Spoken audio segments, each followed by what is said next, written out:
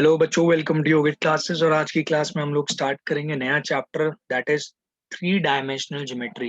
ये आपकी NCERT book part 2 का 11th चैप्टर है। तो ये स्टार्ट करने वाले हैं। मैं आपसे रिक्वेस्ट करूंगा, अगर आपको वेक्टर एंड 3D अगर अच्छे वेक्टर एलजेब्रा अगर आपको अच्छे से नहीं आता तो आप पुरानी वीडियोस जाके पहले उसको कंप्लीट कीजिए, फिर उसके बाद थ्री डायमेंशनल ज्योमेट्री पे आइए। राइट, तो आइए स्टार्ट करते हैं हम थ्री डायमेंशनल ज्योमेट्री। तो इसको हम 3D के नाम से भी जाना है, 3D के नाम से भी जानते हैं। तो ये काफी इंपॉर्टेंट चैप्टर है। इसके अंदर एक्चुअली होने क्या वाला है, जितना भी आपने वेक्टर्स चैप्टर में पढ़ा उसकी एप्लीकेशन यहाँ पे यूज होगी। वेक्टर्स चैप्टर में एक्चुअल में आपने कैलकुलेशन करना सीखा, जैसे कि उस चैप्टर का नाम ही था ना, वेक्टर्स एलजेब्रा। एलजेब्रा का मीन मतलब ही होता है कि कैलकुलेशन से रिलेटेड होता है। तो आपने वेक्टर्स की कैलकुलेशन करना सीखा, कि आपने ये देखा कि कैसे डॉट प्रोडक्ट्स निकाले जाते हैं, कैसे क्रॉस प्रोडक्ट्स निकाले जाते हैं, उन सब की कैलकुलेशन पे मेन फोकस था। But when it comes to three dimensional geometry, हम लोग क्या करने वाले हैं, वो जो कैलकुलेशन है उसको अप्लाई करेंगे क्वेश्चंस में। ठीक है, तो उससे पहले क्या कहते हैं, यहाँ पे आपको कुछ चीजें मैं क्लियर कर देना चाहता हूँ, और आपकी जो फर्स्ट एक्सरसाइज है इन्हीं चीजों पे बेस्ड है। आपको ये चीजें आती भी होंगी। तो सबसे पहले मैं क्लियर करता हूँ आपको डायरेक्शन कोसाइंस। ठीक है, डायरेक्शन कोसाइंस। तो डायरेक्शन कोसाइंस क्या होते हैं, आपको बता रखा है कि जैसे कोई भी एक पोजीशन वेक्टर है। मैं एक नॉर्मल पोजीशन वेक्टर के बारे में बात कर रहा हूँ। ठीक है, पोजीशन वेक्टर मतलब कुछ भी हो सकता है। ये आपका इसको मान लीजिए आप एक्स एक्सिस, इसको वाई, या इसको जेड मान रहे हो, तो इसको एक्स मान लो, इसको वाई मान लो, वट। तो ये जो एक स्पेस में लाइन, ये एक पॉइंट है, स्पेस पे पॉइंट है पी, इसके कुछ ना कुछ कोऑर्डिनेट्स होंगे, x1 y1 z1। ठीक है, स्पेस में है ये। ठीक है, ये टू डी एरिया पे मैं शो नहीं कर सकता, but you have to imagine it कि ये एक 3D प्लेन है और ये एक स्पेस पे पॉइंट है। ये जो लाइन है ना पोजीशन वेक्टर की, ये कुछ ना कुछ एंगल्स बना रही होगी इसके साथ। ये जो लाइन है, ये सारी एक्सिस के साथ कुछ ना कुछ एंगल बना रही है। तो ये वाला जो एंगल बन रहा है, ये अल्फा होगा। ये y के साथ जो बन रहा है ये बीटा होगा। ये z के साथ, एक्सिस के साथ जो बन रहा है ये गामा होगा। तो आपके जो क्या कहते हैं डायरेक्शन कोसाइंस, एक्चुअल में क्या होते हैं cosines of angle made by that line with all respective axis. तो ऐसे ही क्या कहते हैं, अगर डायरेक्शन कोसाइन आपको निकालना हो तो ये समझ लीजिए, डायरेक्शन कोसाइन को हम रिप्रेजेंट करते हैं एल, एम और एन से। ये जो एल होता है वो क्या होता है आपका कॉस अल्फा, एम जो होता है वो होता है कॉस बीटा, एंड एन जो होता है वो होता है कॉस गामा। ठीक है, ये माना जाता है कि ये एक्स एक्सिस के साथ है, ये वाई एक्सिस के साथ है, और ये जेड एक्सिस के साथ इतना एंगल बना रहा है।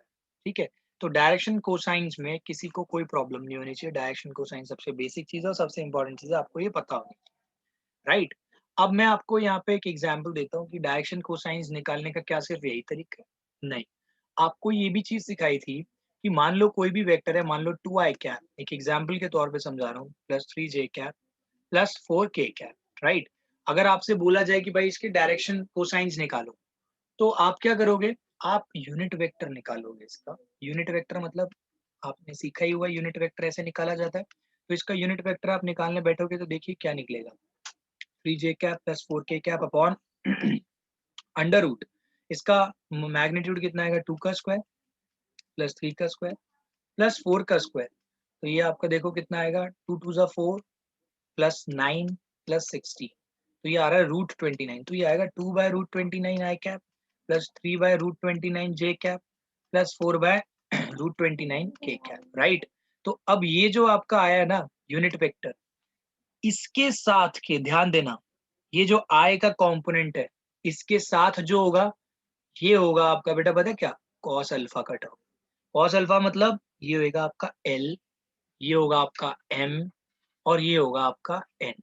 राइट, तो ध्यान रखना, आप डायरेक्शन कोसाइंस कैसे निकाल सकते हो, with the help of a unit vector.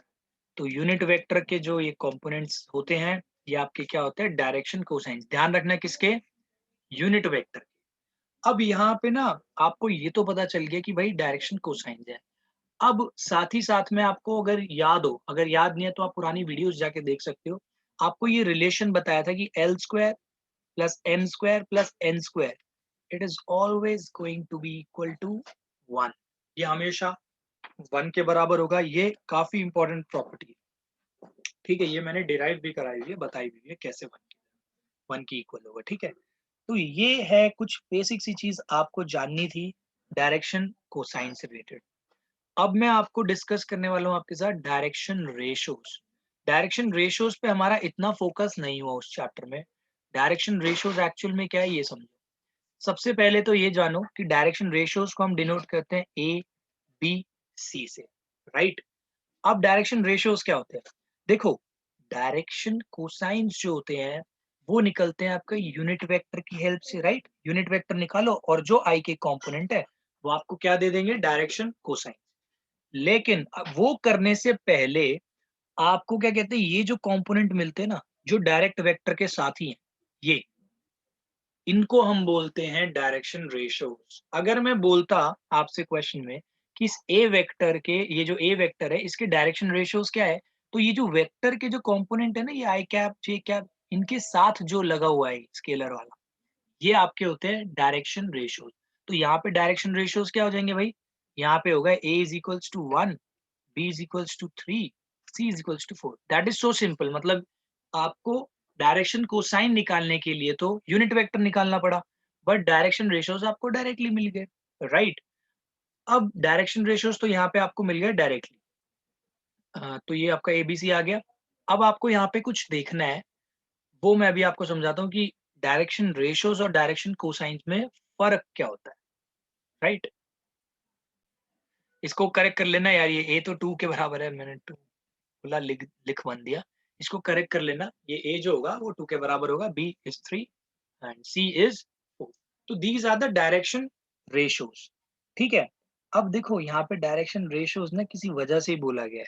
Direction ratios क्यों, अभी इसी एग्जाम्पल को कंटिन्यू करते हैं।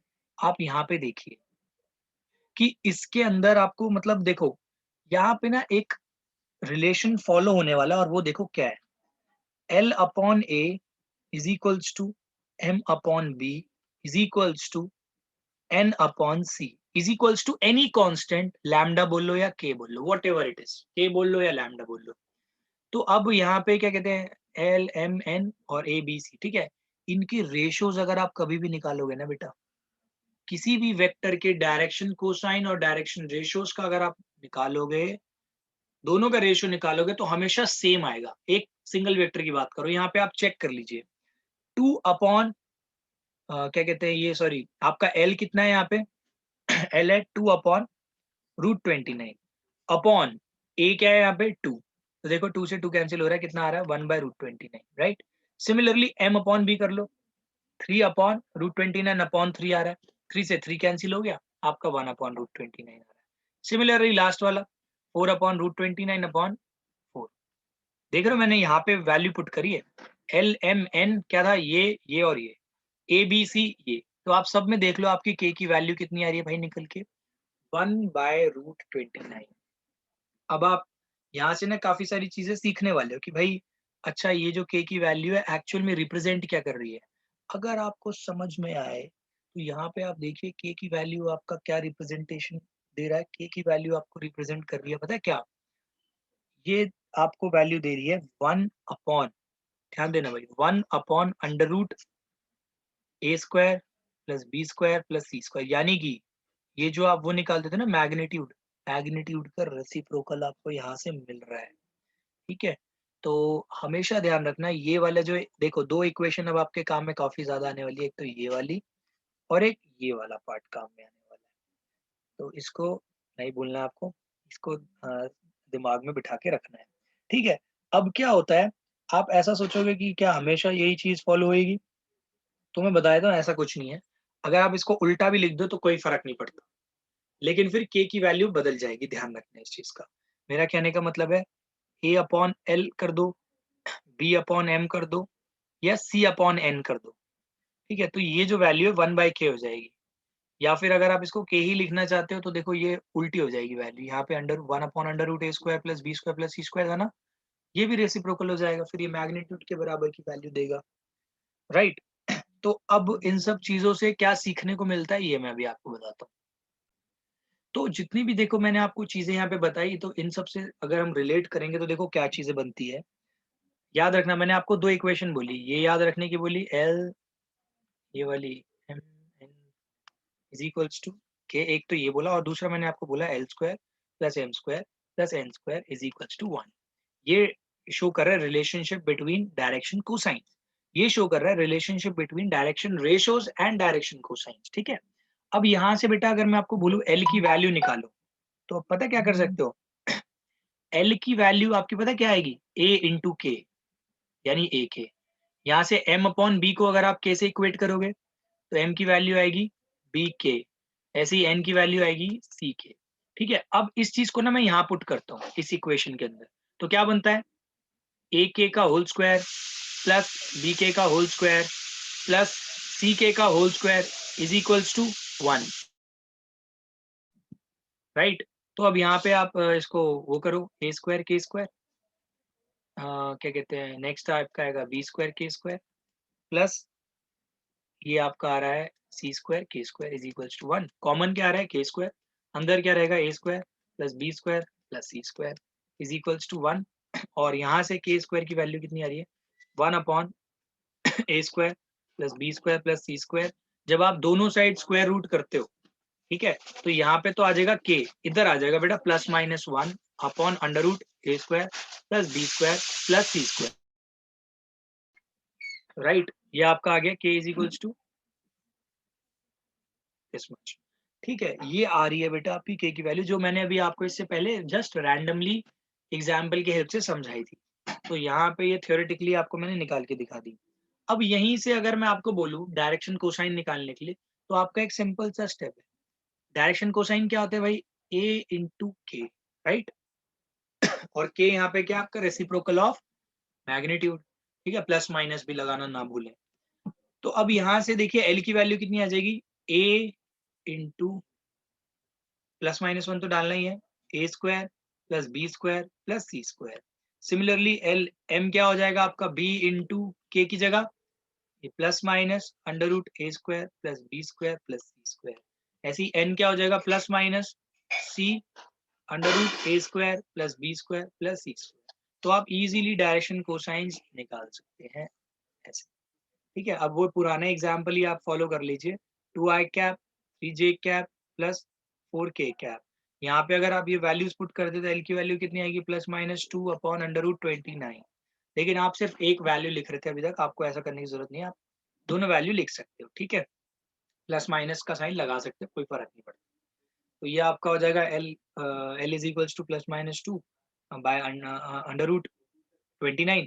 सिमिलरली ये जो m वाला पार्ट है वो जाएगा 3 upon under root 29 plus minus. तो आप देख रहे हो, आप डायरेक्टली फॉर्मूला अप्लाई करके भी डायरेक्शन कोसाइंस निकाल सकते हो।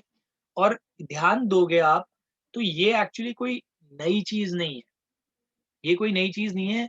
ये आपका क्या कहते हैं, जो आप उससे यूनिट वेक्टर निकालते थे ना, ये सेम वही प्रोसीजर है, बट इसको लिखने का तरीका हो गया थोड़ा सा अलग।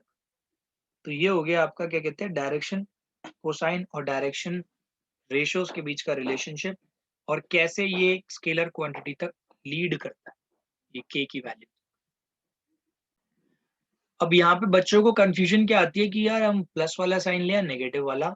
आपको मैं बता देता हूँ, दोनों हो सकती है, आप क्वेश्चन की नीड के हिसाब से लोगे। आपकी फर्स्ट प्रेफरेंस हमेशा रहेगी यार ये जो पॉजिटिव वाला है इसी को लेके चलेंगे, बट क्वेश्चन की रिक्वायरमेंट के हिसाब से अगर क्वेश्चन में ऐसा लग रहा है कि हाँ भाई नेगेटिव लेनी थी, तो आप नेगेटिव भी ले सकते। ठीक है, तो क्वेश्चन की रिक्वायरमेंट पे डिपेंड करता है कि भाई आपको कौन सी लेनी है, हो दोनों सकती है, आपको कौन सी लेनी है वो मेन है। आप हमेशा किस पे फोकस करोगे, पॉजिटिव वाली वैल्यू लेने पे, मतलब ये प्लस वाली साइन को लेने पे। ठीक है, तो इस चीज का ध्यान रखना। और इस फॉर्मूले से आप क्या निकाल सकते हो, मान लीजिए अगर मैं क्वेश्चन में आपको सिर्फ डायरेक्शन रेशियोज दे दूं और आपको बोलूं डायरेक्शन कोसाइन निकालो, तो आप अब डायरेक्शन रेशियोज से पहले वेक्टर बनाओगे, फिर वेक्टर से यूनिट वेक्टर निकालोगे, ऐसे करोगे। इससे बेटर क्या करना, सीधा इस फॉर्मूले में पुट कर देना डायरेक्शन रेशियोज वाले, यहाँ से आपके पास डायरेक्शन कोसाइन डायरेक्ट आ जाएंगे, इसमें अगर पुट कर दोगे वैल्यू, दैट्स इट। ओके बच्चों, अब पता हम क्या करने वाले हैं यहाँ पे ना, आपको सबसे पहले इस चैप्टर को समझने के लिए ना एक चीज पे गौर करना पड़ेगा। कार्टेशियन प्लेन अलग होता है और वेक्टर प्लेन अलग। ठीक है, कार्टेशियन प्लेन बोल लो या कार्टेशियन फॉर्म बोल लो, प्लेन छोड़ो, कार्टेशियन फॉर्म या कार्टेशियन इक्वेशन भी बोल सकते हैं।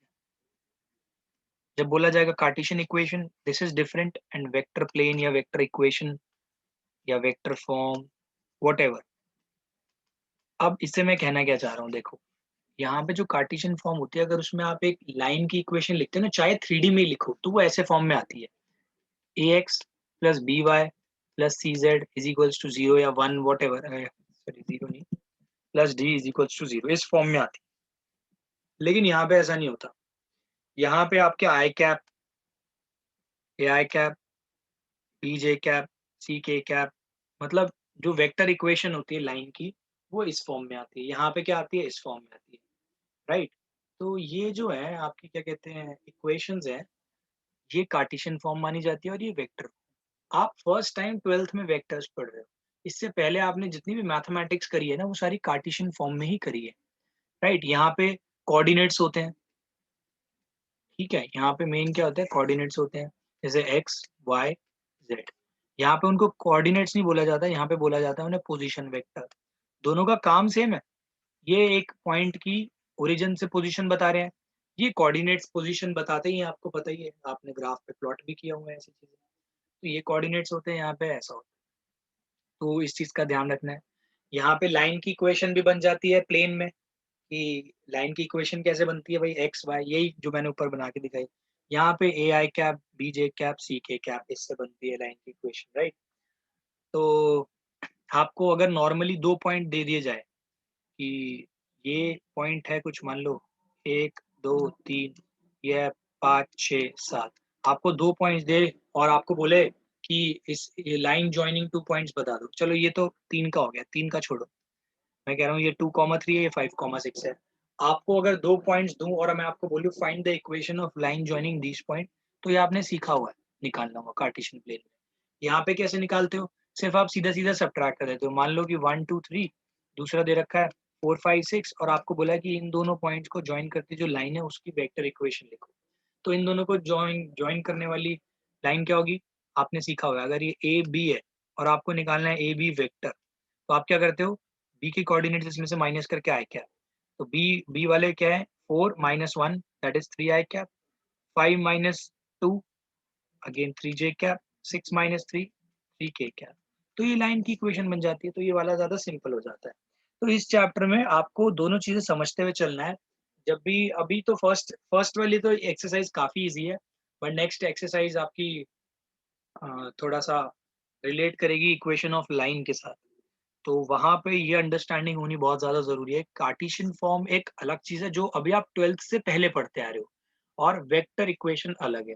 ऑल्दो है दोनों सेम चीज, बट लिखने का तरीका और सॉल्व करने का तरीका टोटली डिफरेंट है।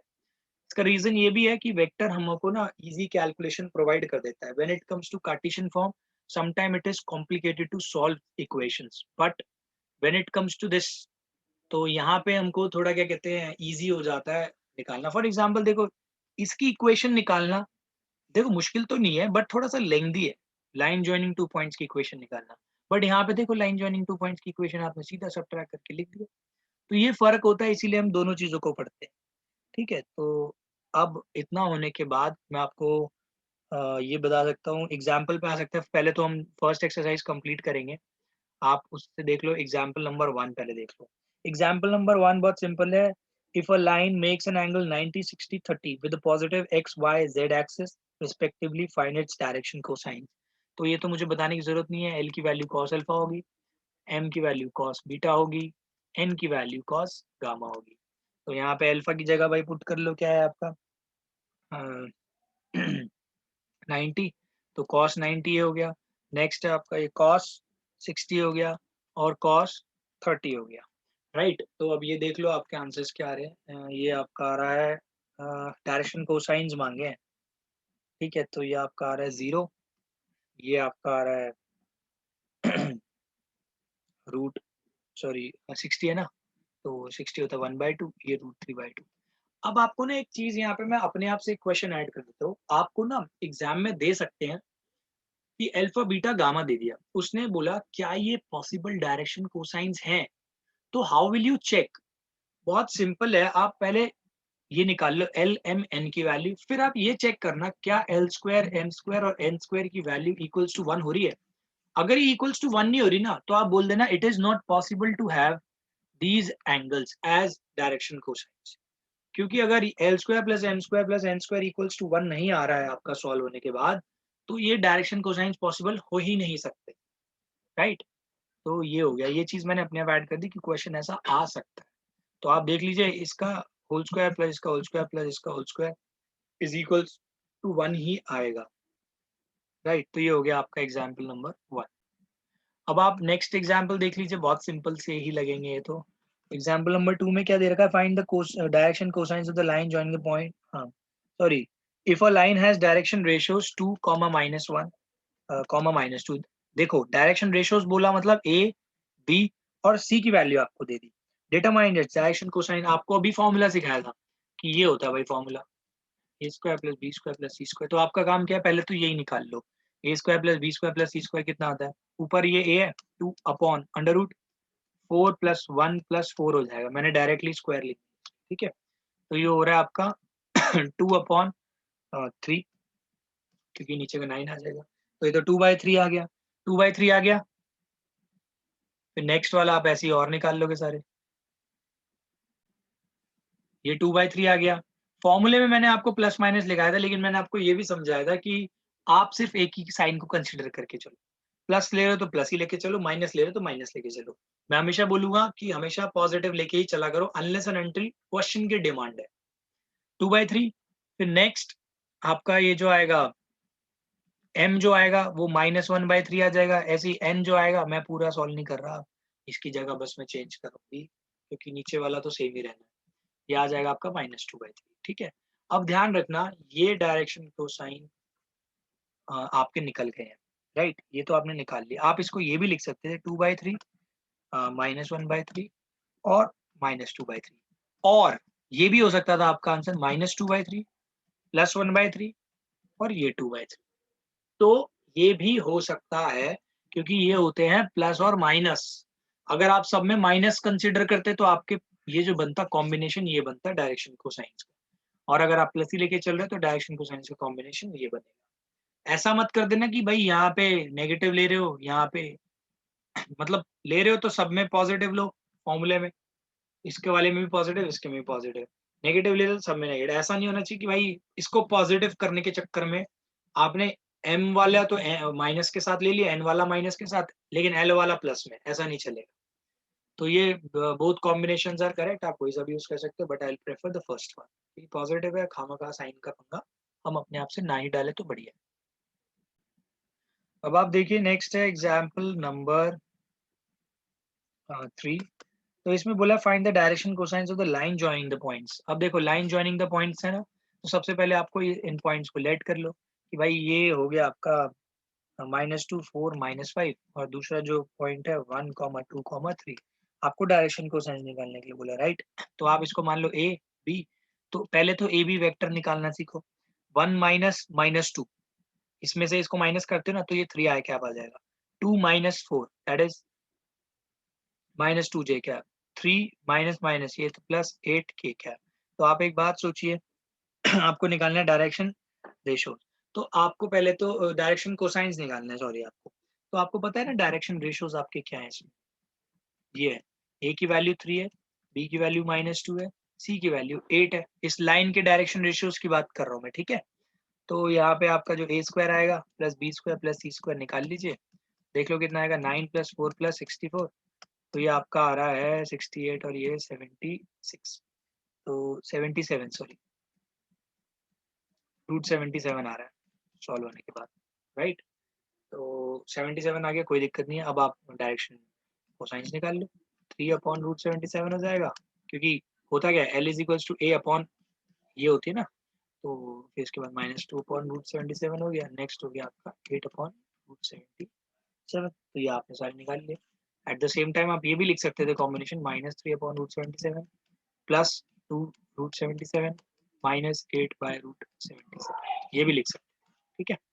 Both are the same thing, but you should prefer this one. ठीक है बच्चों, अब देखो एग्जाम्पल नंबर 4 देख लीजिए, आपको क्या बोला है इसमें निकालने के लिए। एग्जाम्पल नंबर 4 में बोला find the direction cosines of x y and z axis. बहुत ज्यादा सिंपल है। एक्स एक्सिस का आपको डायरेक्शन कोसाइंस निकालने हैं, वाई एक्सिस के निकालने हैं, जेड एक्सिस के। तो इसको सेपरेटली हम लोग स्टडी कर लेते हैं, ठीक है। अब आपको ये बात जाननी है कि भाई एक्स एक्सिस अपनी ही एक्सिस के साथ कितना एंगल बनाती है भाई। एक्स एक्सिस तो अपनी एक्सिस के साथ जीरो ही बनाएगी, राइट। तो जीरो बनाती है तो कॉस जीरो लगेगा एल। अभी मैं केस किसका कंसिडर कर रहा हूँ, पूरा का पूरा एक्स एक्सिस का। एम मतलब अब ये जो एक्स एक्सिस है ये कितना इंक्लाइंड है वाई एक्सिस के, क्योंकि ये तो एम तो वही होता है ना, कितना एंगल बना रहा है वाई एक्सिस के साथ। तो ये बना रहा है 90 डिग्री, तो ये हो गया cos 90। And again z axis के साथ भी एक्स एक्सिस 90 डिग्री ही बनाता है, तो ये कितना आ गया आंसर 1 0 0। ये आए हैं डायरेक्शन कोसाइंस किसके भाई 1 0 0, सॉरी 1 0 0। ये जो डायरेक्शन कोसाइंस आपने निकाले ना बेटा, ये आपके आए हैं एक्स एक्सिस के। सिमिलरली वाई एक्सिस के आप निकाल लेना एल एम एन, वो आपके आएंगे 0 1 0 और इसके आएंगे 0 0 1। तो ये आपने डायरेक्शन कोसाइंस निकाल लिए इन रिस्पेक्टिव एक्सिस के। तो एक चीज में कंफ्यूज मत होना कि ये जो मैंने निकाला है ना बेटा, ये सिर्फ एक्स एक्सिस का ही निकाला है। आपको सिमिलरली वाई एक्सिस का निकालना पड़ेगा। जो वाई एक्सिस है वाई एक्सिस के साथ 0 डिग्री बनाती है, तो ये बनेगा ऐसी l. Y axis x axis के साथ 90 बनाती है, तो cos 90 यहाँ लगाया हमने। ऐसी जेड एक्सिस का अलग निकलेगा। आंसर देख लीजिए आपका जेड एक्सिस का ये आएगा, इसका तो मैंने निकाल ही दिया वाई एक्सिस का, ये एक्स एक्सिस का ये। तीनों सॉल्व करने पड़ेंगे अलग अलग। अब हम करते हैं next question, that is example number 5। आप यहाँ पे देखिए क्या दे रखा है, शो दैट द पॉइंट्स। एक पॉइंट है ए 2, 3, -2, ठीक है। दूसरा दे रखा है बी 1, -2, 3। तीसरा दे रखा है सी 1, 3, 8, -11। आर कोलिनियर है, ये आपको तीनों पॉइंट्स बताने कोलिनियर है। तो पहली बात तो कोलिनियर का मतलब क्या होता है, सारे एक लाइन पे लाई करने चाहिए, है ना। तो ये अगर ए बी सी है तो आपका काम पता है क्या है, कोई भी दो लाइनें निकाल लो, एनी टू। तो पहले निकाल लो ए बी वेक्टर, फिर निकाल लो भाई बी सी वेक्टर। आप ये चेक करो क्या ये दोनों प्रोपोर्शनल है आपस में या नहीं है। तो स्टार्ट करते हैं ए बी वेक्टर के साथ। अगर आप ए बी वेक्टर की वैल्यू निकालते हो, देखो कितना आता है, -1 i कैप। 1 में से 2 गया ना, ऐसी -2 में से -3 करोगे तो -5 j कैप। सिमिलरली 3 में से माइनस कर दोगे आप ये, तो 3 ये +7 हो जाएगा, +7 k कैप। अब इसको देखो बीसी वेक्टर का निकाल लो भाई। बीसी में कितना आएगा 3 2 i कैप, 8 माइनस माइनस ये +10 j कैप, फिर ये -11 और -3, तो -14 k कैप। अब आप ये देखो क्या इनके जो ये जो फैक्टर्स हैं क्या ये प्रोपोर्शनल है। मतलब यहाँ से ऐसा अगर आप कुछ कॉमन ले लो तो क्या बराबर हो जाएगा, यस। यहाँ से आप -2 कॉमन ले लो, आपका आ रहा है -i कैप -5 j कैप क्या कहते हैं +7 k कैप। तो देख लो भाई ये और ये लैम्डा वाली फॉर्म आगे नहीं होगी, BC lambda is equals to lambda times AB vector. तो ये चीज तो आपको वेक्टर्स में सिखा दी थी।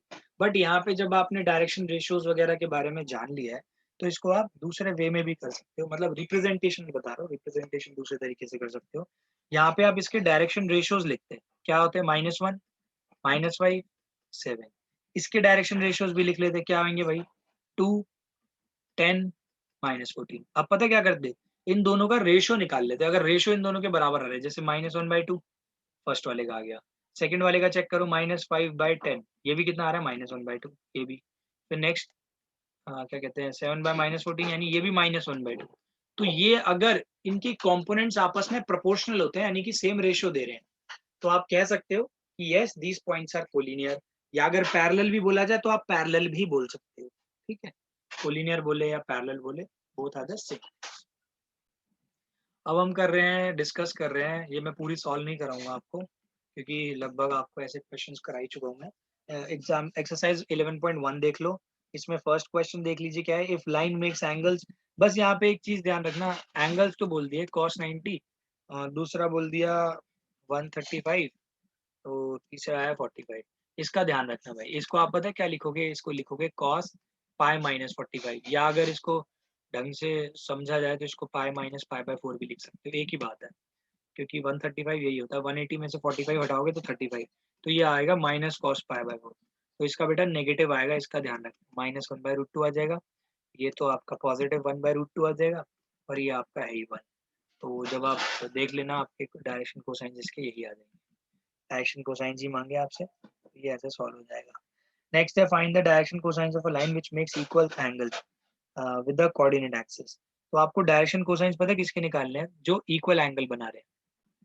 cos 90 को भाई 0 कर लो यार, जल्दबाजी में 1 लिख दिया। cos 90 0, ठीक है। तो इसका अब आप वो निकालोगे स्क्वायर वाली प्रॉपर्टी लगा के, l square plus M square plus N square, तो आपको 1 मिल जाएगा। तो ये आपका आंसर है cos 90। ये 0 हो जाएगा, ये -1/√2 और ये 1/√2। ठीक है, अब हम करते हैं नेक्स्ट, दैट इज 11.2। इसमें आपको बोला find the direction cosines of the line which makes equal angle with the coordinate axis. Equal angle मतलब सारे के सारे एंगल सेम बना रहे हैं। तो एल की वैल्यू क्या होगी? cos alpha. एम की वैल्यू भी cos अल्फा ही होगी, क्योंकि मान लो कि अल्फा एंगल ही बना रहे हैं। ठीक है, एन की वैल्यू cos अल्फा। तो आपने ये प्रॉपर्टी तो सीखी हुई है, m square plus l square plus M square plus N square equals to 1। यहाँ पे इस वैल्यू को पुट करो, cos square alpha plus cos square alpha plus cos square alpha is equals to 1। तो ये आ रहा है आपका 3 cos square alpha is equals to 1। तो cos square alpha is equals to 1/3। तो cos अल्फा यहाँ से देख लीजिए, cos अल्फा कितना आ रहा है? Minus plus minus 1/√। तो ये जो आपका आ रहा है cos अल्फा इतना आ गया, ये आपके डायरेक्शन कोसाइंस हो जाएंगे। डायरेक्शन कोसाइंस सेम ही रहेंगे क्योंकि एंगल सबके सेम है। तो या तो ऐसे लिखोगे डायरेक्शन कोसाइंस को, मैं तो बोल रहा हूँ प्लस माइनस लिख दो, कोई इशू नहीं है, कोई भी दिक्कत नहीं है। ये हो गया इसके डायरेक्शन कोसाइंस, राइट। ये हो गया सेकंड वाला पार्ट आपका सॉल्व। ठीक है, अब 11.2 का ये जो मैंने करा दिया आपको क्वेश्चन, ये तो था सेकंड। अब आप थर्ड क्वेश्चन देख लीजिए, मैंने ऐसे एग्जांपल कराया, आप खुद से कर सकते हो। क्वेश्चन नंबर 4 आप देख लीजिए, आप खुद से ट्राई कर सकते हो, क्योंकि ऐसा ही क्वेश्चन आपको कराया गया है, राइट। तो उसके बाद आप क्वेश्चन नंबर 5 देख लीजिए, ये भी आराम से हो जाएगा। इसमें करना है क्या आपको? ट्राइंगल ले लेने हैं, तीनों पॉइंट्स आपको दे रखे हैं। आपका काम बस ये है कि ये जैसे ए बी सी ये तीन है ना, तो सारी साइड्स निकालनी है आपको। सारी साइड्स निकाल लो, और आपको बोला गया find the direction cosines of the sides of the triangle. तो इससे निकालोगे तो ए बी वेक्टर आ जाएगा, है ना। आपको इसके डायरेक्शन कोसाइंस निकालने बहुत इजीली निकल ही जाएंगे। ऐसे बी सी वेक्टर के डायरेक्शन कोसाइंस, ऐसे ए सी वेक्टर के डायरेक्शन कोसाइंस। तो ये तो मुझे कराने की जरूरत है नहीं, आई थिंक ये आप अपने आप से कर सकते हैं। तो यहाँ पे होती है हमारी 11.1 खत्म। तो बच्चों आज की क्लास में सिर्फ इतना ही। अगर आपको वीडियो अच्छी लगी हो, please share it with your friends, hit the bell icon, also hit the like button. अगर आप चैनल पे नए हो तो चैनल को सब्सक्राइब करना ना भूलें। मिलते हैं नेक्स्ट वीडियो में, तब तक के लिए thanks for watching your classes.